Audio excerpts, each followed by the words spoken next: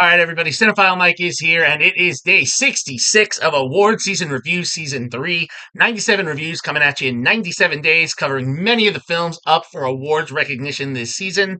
Now, as some of the films I am talking about may still be in theaters or be awaiting a re release or on their way to you finally. All statistical information I am providing to you is current within 7 days of recording and posting. This may include box office information, critical response, nominations, predictions, wins, and as always, these reviews are spoiler free.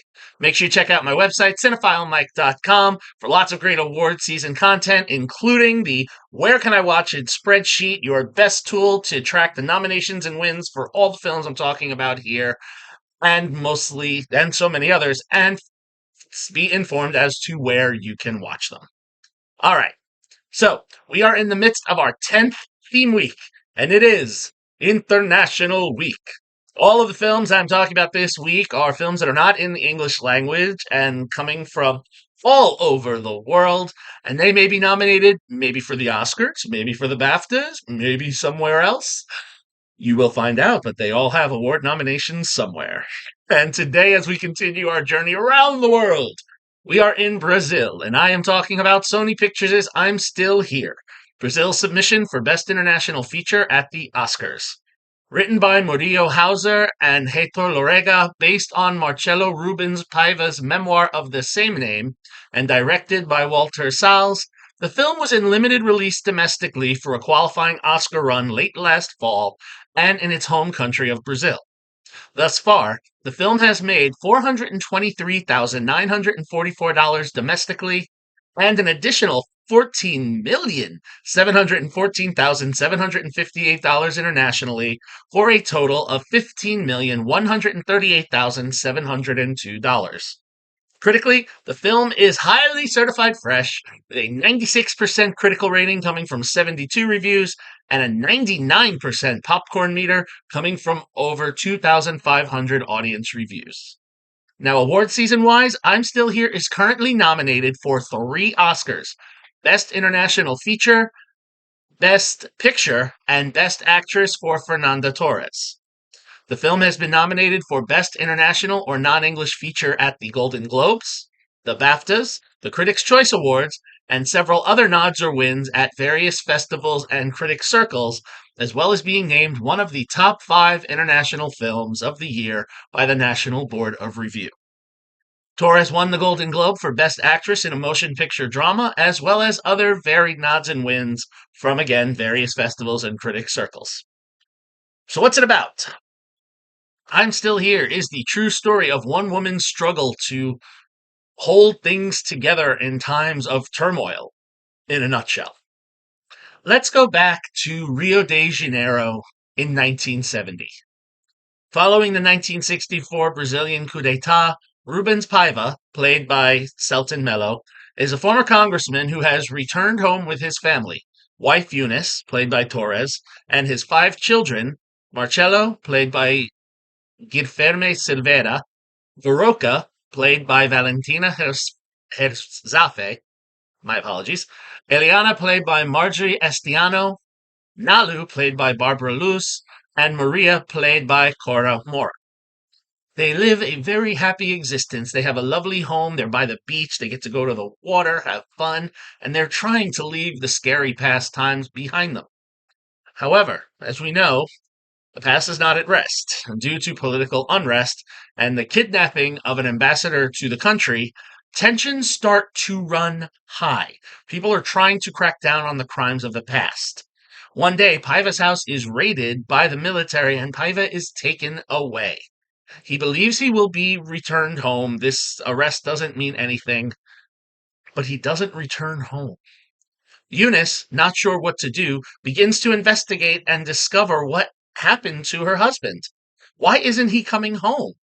The more she investigates, eventually, she is actually arrested and tortured for her pains for several days, and eventually is released, but no more the better than she was beforehand, with no more information. I mean, there are theories she hears from friends that he is okay, that he has been released, he's being held elsewhere. Some tell her he may be gone. For those unfamiliar with the history, I'm not going to answer the question as to what happened, but needless to say, this film is the journey for Eunice and her family.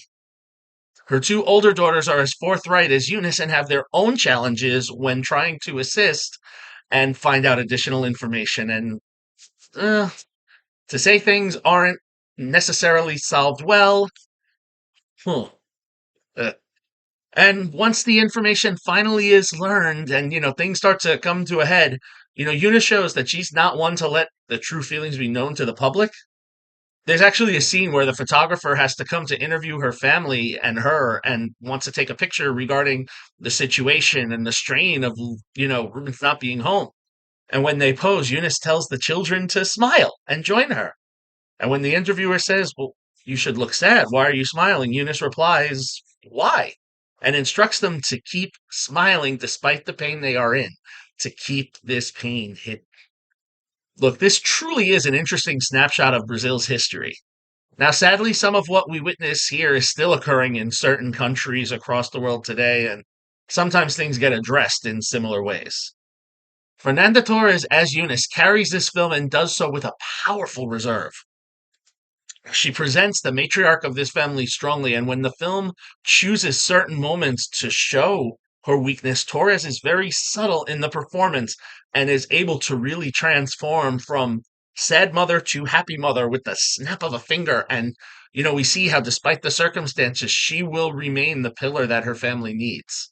She portrays a woman who goes from housewife to investigator to true warrior and advocate to right the wrongs that her and many other families are suffering at the hands of those in power and the political system. The smart thing about this film is that they craft that a lot of the negative things that are happening, we don't always see. Sometimes it's scarier to not see certain things and hear about them. And that's what happens in this film. We don't get an excessively violent film, but from the way things are described, it's a little bit more, makes you feel a little uneasy. Salles in his first feature film since 2012's On the Road presents a wonderful character study here and almost shapes his film as if it were a documentary, which, those are the other films he released between 2012 and now. He was in the documentary mode. And even interesting, the film almost plays like a documentary at times when they intercut home movie footage that was taken by the Paiva family. In the film, we often see their daughter, Veroca, is constantly filming with her camera, and this footage gets embedded. So we get a real naturalistic feeling of this family, more so than we get in biopics normally. And I have to say, the whole design team, costumes, sets, hair, makeup, everything captures the 1970s aesthetic masterfully. And, at the end, we see certain photos. So we see how the photos from the memoir or from the newspapers, inspired many of the way scenes and shots occur in the film. And without revealing other information about the plot, I think I'm going to have to end it there. Though I will say, and mini spoiler, there is a time jump in the film. I have to say, it's nice to see Torres's mother, Fernanda Montenegro, play the older Eunice. This is also a historic moment because, and here's some awards trivia for you, Torres is the second Brazilian actress nominated for both the Golden Globe, which she won, and the Oscar for Best Actress. The first was her mother, who appears in this film as the older version of her, Montenegro, in another Walter Salles film. So this is really an idea coming full circle because that film, Central Station, starred Montenegro and was also nominated for foreign best international foreign language film from 1998. Sorry, a little tongue tied there. So, piece of trivia for you. For me, I'm Still Here is a strong 4-star film, and if you would like to see it, you're in luck. It is currently in theaters now. It just expanded its limited run about a week and a half ago, so check your local listings. All right, so that is 66 down and 31 to go. As always, if you like what you heard here, please click that subscribe button, like the video, spread the word. You can follow me, Cinephile Mike, on all social media platforms and on Letterboxd. And again, find lots of great award season content on my website, cinephilemike.com. See everyone tomorrow as we continue on our journey. But until then, this is Cinephile Mike saying take a break and watch something new.